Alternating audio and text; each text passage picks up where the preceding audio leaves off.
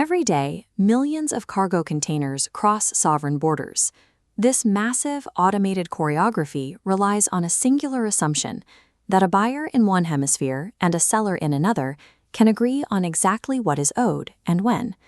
Beneath the steel and logistics, that agreement is executed on paper. If you look at a commercial invoice in Italy, you're reading a fattura. If you read that same document in the Arab Gulf, it is a fattura. These two regions operated under distinct legal frameworks for centuries. Europe relied on Roman-derived municipal law, while Sharia governed the Islamic world.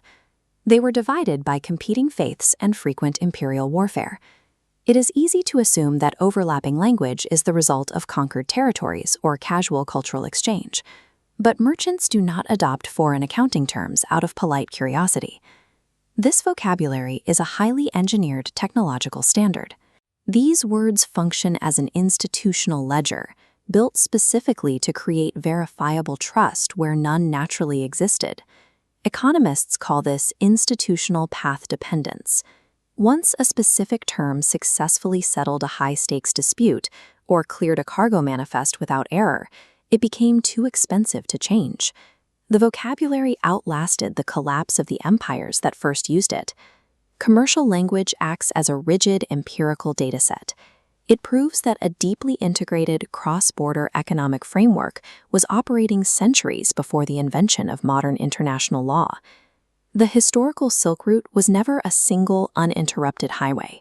It was a fragmented chain of maritime corridors and overland camel trails linking the Indian Ocean to the Mediterranean. Navigating this expanse meant passing strict choke points: Venice, Genoa, Alexandria, Jeddah, Aden, and Hormuz. At each junction, high-value commodities were unloaded, taxed, and transferred to new carriers. Every physical handover generated severe institutional friction.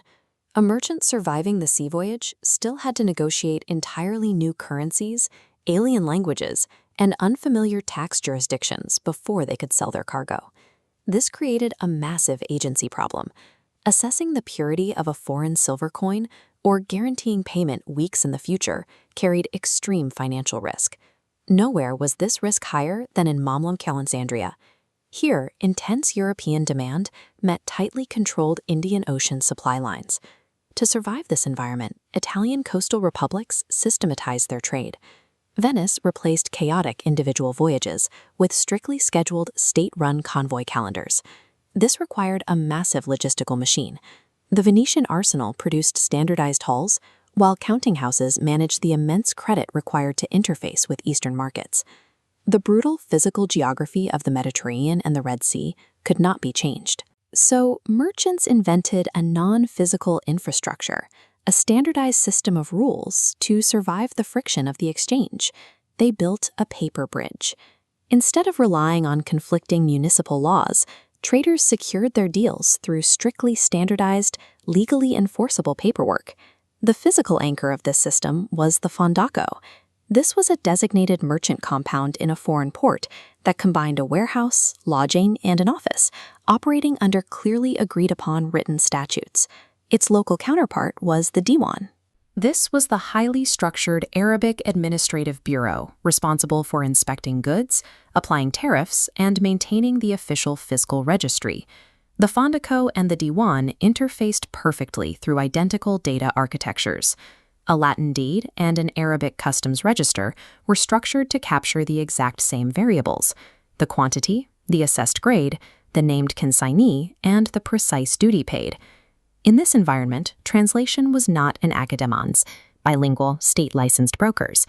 Their specific job was to stabilize the definitions of these terms across borders so that documents held up in local courts.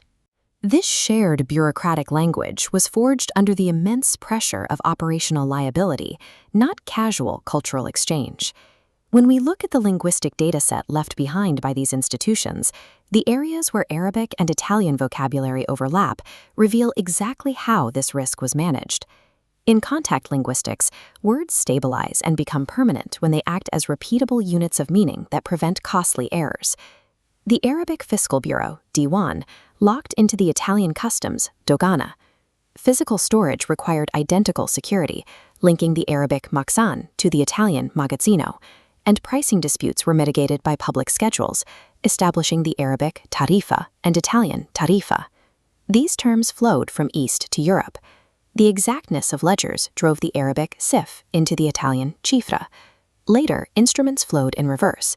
The Italian fattura traveled through Ottoman Turkish to become the Arabic fatura, completing the cycle.